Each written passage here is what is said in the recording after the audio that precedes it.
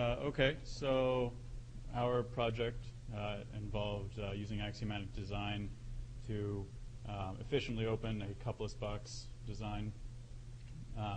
So just to briefly give a background, unfinished lenses, which look like that, need to be engraved to add value to the product at a distribution center, and that involves randomly picking. Not randomly, but they're given an order, and they pick these lenses that have already been packaged in a box just like that one and like this one.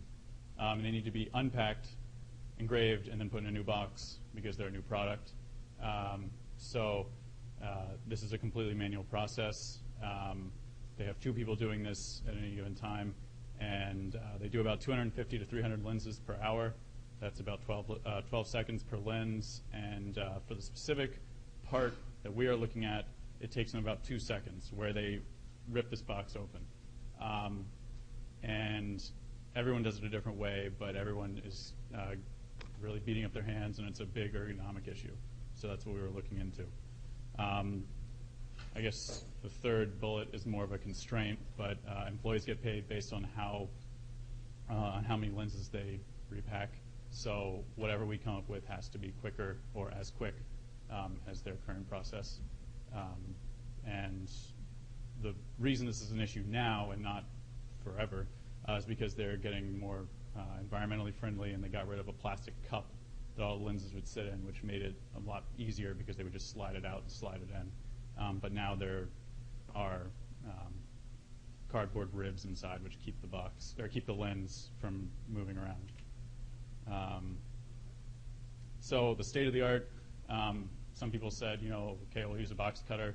That's as fancy as you can get as a box cutter, and it's, you don't want to use that because there's a lens inside, and if you nick the lens, then it's garbage.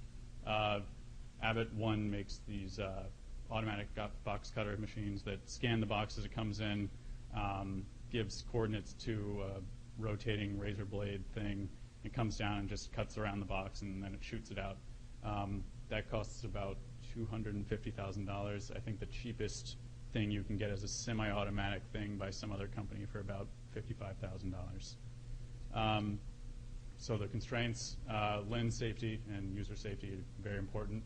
If the user gets harmed, then it's not a good process. If the lens gets harmed, then it's useless as well.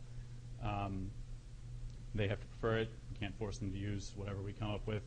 Cost is an issue. They don't have a whole lot of money to give to this.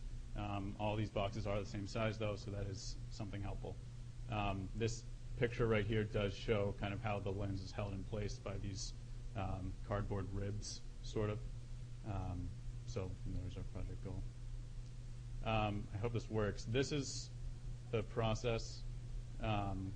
This is how fast they go. So scan that right there, where she rips it open, is what we are trying to smooth out.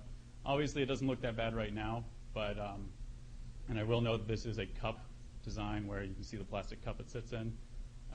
But doing 250 of those an hour with this cardboard, which we can pass around, will really eat up your hands. So that's kind of where we were going at. So, yeah. So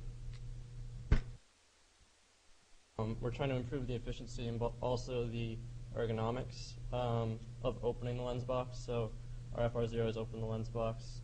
And when we were thinking about this, we were trying to think the easiest way for the next step of removing the lens. And we obviously came to the conclusion that if we cut the top of the box, that would be the easiest way to access the lens. And FR2 being removing that top of the box. And as you go across to the DPs, we want some sort of slide instrument. It'd be easier on the worker's hands, and also it'd be an efficient way to do it.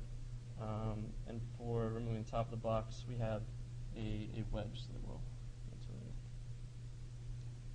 So as we expand this, obviously when cutting the box, we want to make sure that we're aligned, the blades are aligned in the right respects to where the lens is, because we don't want the lens cut.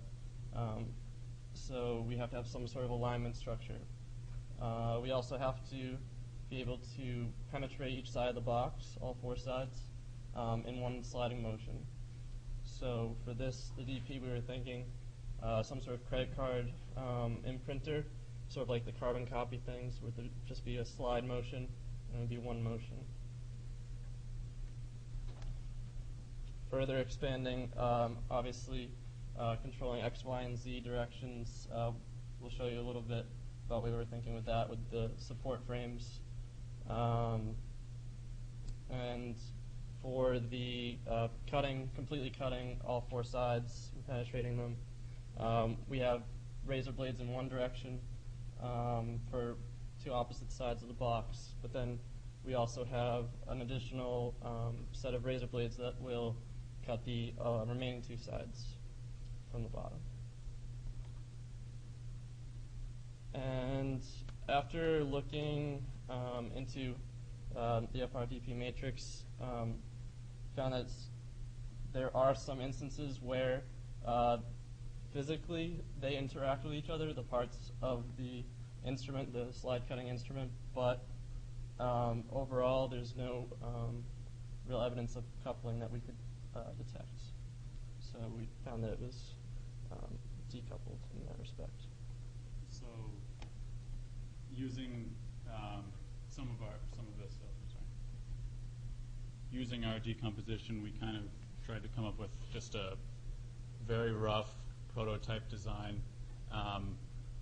where you just have one sliding motion where this would be again, this is very rough, just quick, but this would be like a handle that the user would hold, and then they would slide the lens in on this side, push it through, and then as the lens gets pushed through, it sits in a small cart right here that has little walls that hold it in place. And these pegs have the razor blade kind of on the top at about a little less than a quarter of an inch away from the top of the box, so it's not cutting into the lens, even though it kind of looks like it around here. And then as it gets pushed forward, these pegs travel through this slot, this kind of angled slot, and then that moves them side to side. So when you push it through, it'll go from one corner of the box to the other corner from beginning to end, at least for the front and back, and then while you're simultaneously pushing it through there, it passes through the other two on the other side, which then just gets the opposite sides of the box. Again, this is rough. It would have to be lengthened, measurements would have to be a little bit more exact, but that's kind of just one prototype we came up with from looking at our FRs and our DPs. So thank you for your attention.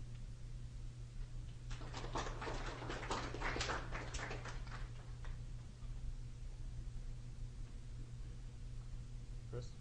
Are you allowed to change the design of the box, or is that a No. constraint in your system? That would be a constraint. I should have mentioned that. So I was thinking if you had the freedom to redesign the box a little bit, that might help your overall process. It would.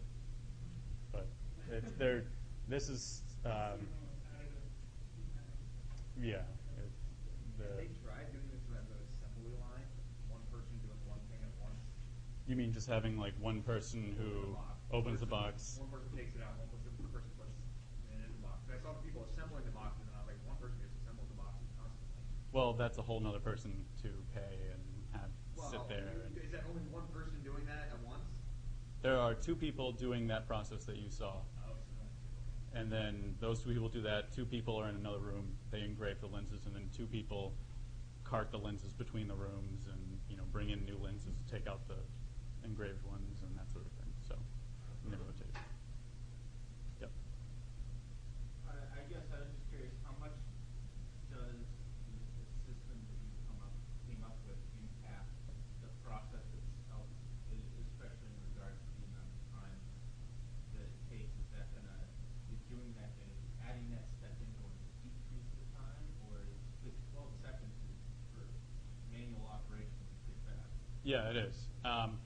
And it probably wouldn't probably wouldn't decrease the time, and it might even increase it a little bit, but it also depends on who's using it.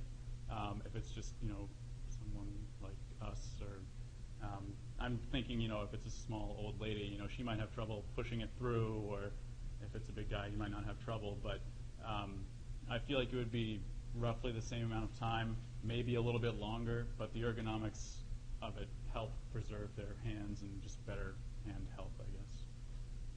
Yes, go ahead. I think for a functional requirement, you need to probably a consensus from the group about how much they care about their ergonomics and then how much they care about their pay. Because they might have to take a hit with pay to save their hands, or be forced to use their hands. Well, that's a little shady.